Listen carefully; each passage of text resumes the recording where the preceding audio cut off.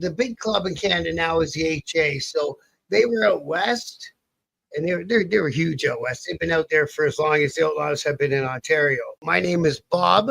I'm a retired member of the Outlaws Motorcycle Club in Canada, and I'm chatting with Stacks.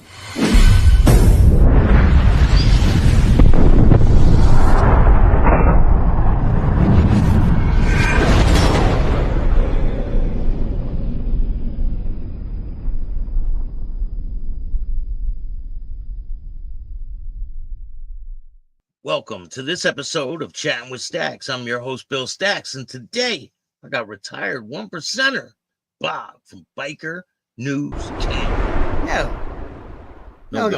No, I didn't take no gun inside. The defense was I took the gun inside.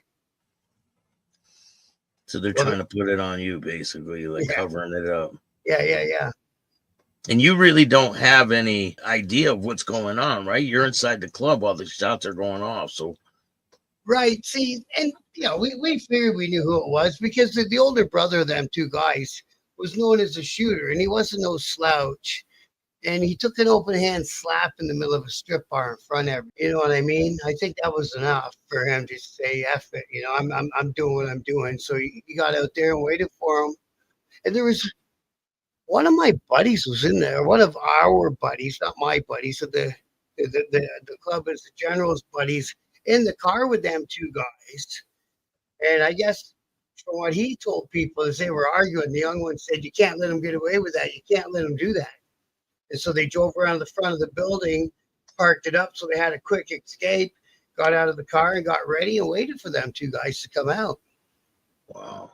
It was a short wait. They were kind of done what they were doing after the tussle and all that. You don't hang around, right? Yeah. You get moving. They were ready when they left. Yep, they were ready. He just started squeezing, and whatever happened, he was good with. Yep. When they get killed, what happens with you? Do you go to the funeral and that's your roommate? So what transpires with you? So that was the big thing that the club paid me a lot of respect, showed me a lot of respect that they didn't have to, man. But I've been hanging around for 5 years, and I've been coming to every club event in the Canada part, which was Ontario basically. So, and I've been there, and they would have me behind the bar if there was no probates around at the time and shit like that to help them out. So I was already getting treated like I was a member. At the funeral, my motorcycle was still in the shop because it was early April. Actually, it's only a couple of days from now, isn't it? Like tomorrow or something, isn't it? Today? It's April 6th now.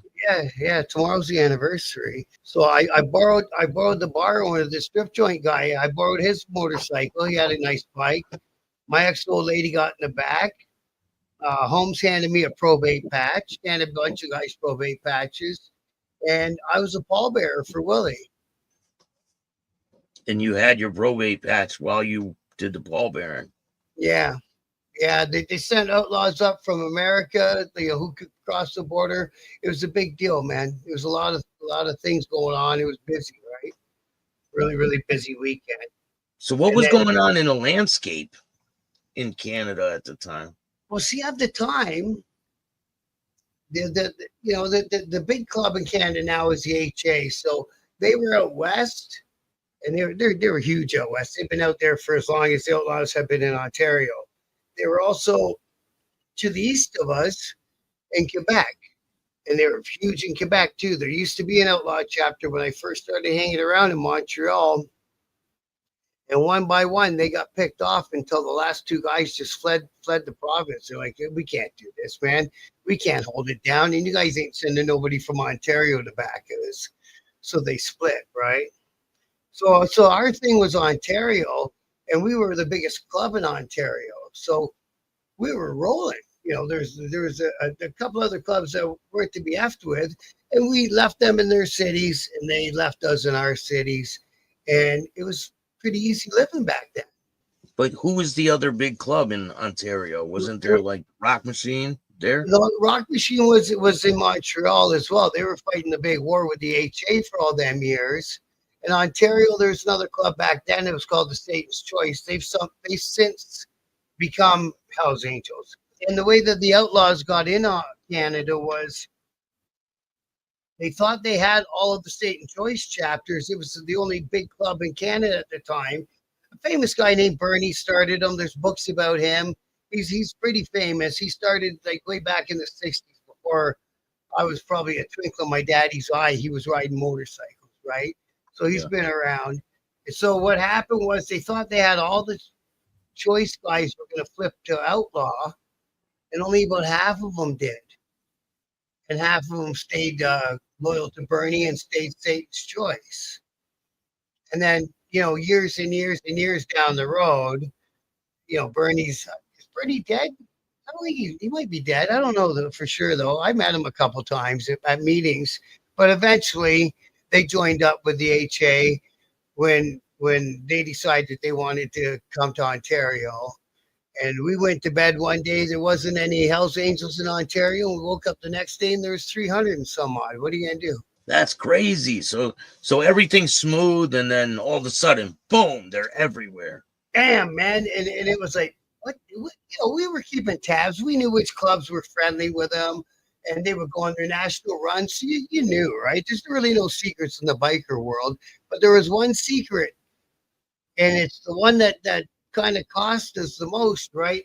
The Rock Machine at that time had been having peace meetings with the Hells Angels at the Montreal courthouse that we were aware of.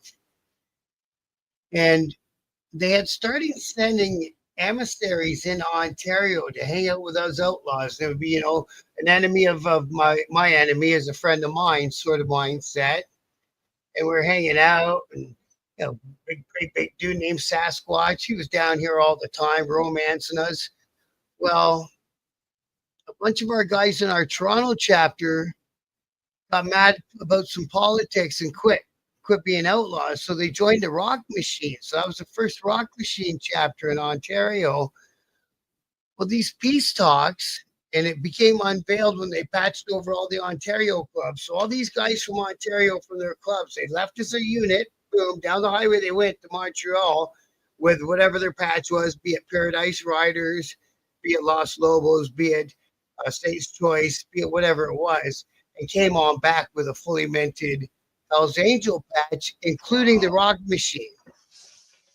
So the Rock Machine pulled a sneaky on us and joined our enemy, as it were, right? So what starts transpiring once this happens?